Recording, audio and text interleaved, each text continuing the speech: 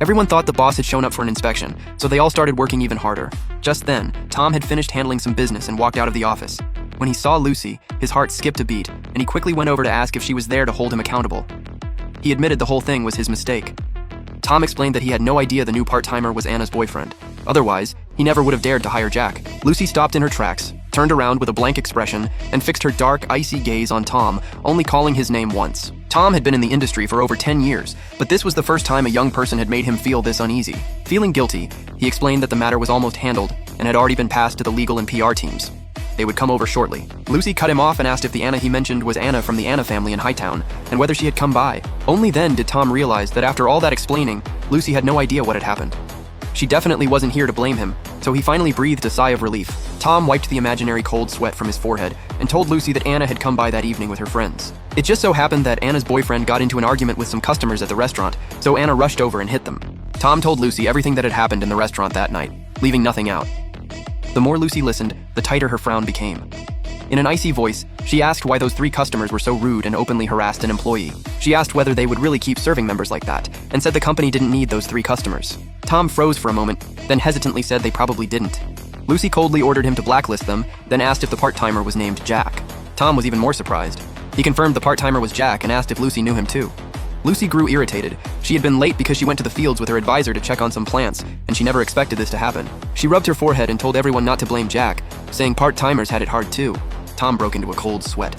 He had only wanted to hire a part-timer, but somehow he had brought in someone important.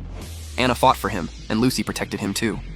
The problem was, Tom had already fired Jack, so while wiping his sweat, he explained that Jack had already been paid and had left. Lucy frowned at Tom, sighed, and said that since Jack had been fired, so be it. She told him to handle the matter properly and said she had to go. With that, she turned to leave in a hurry. Tom quickly suggested she stay for dinner, since the restaurant had just launched a new menu and she could try it. Lucy quickly went back to the private room, grabbed her backpack, and walked out, saying there was no need and they could do it next time. Lucy had messaged me, but I still hadn't replied.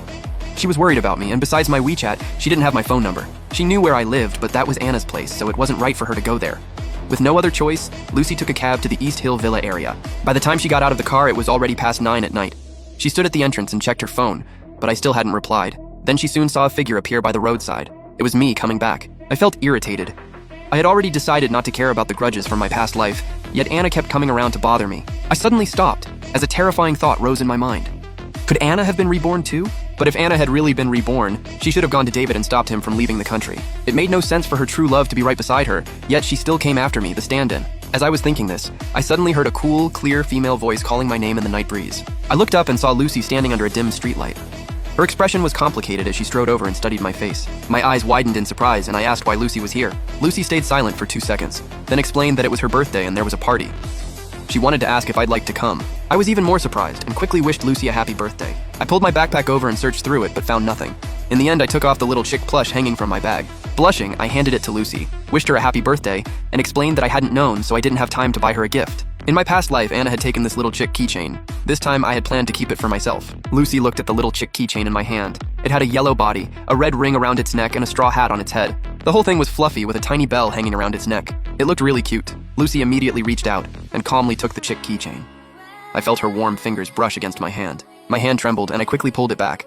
Lucy glanced at me, noticed my cheeks were red, and slightly lowered her head. She quickly clipped the chick keychain onto her shoulder bag and said softly that the gift was perfect and she really liked it. I felt like the keychain wasn't good enough to give as a gift, but Lucy seemed to really like it.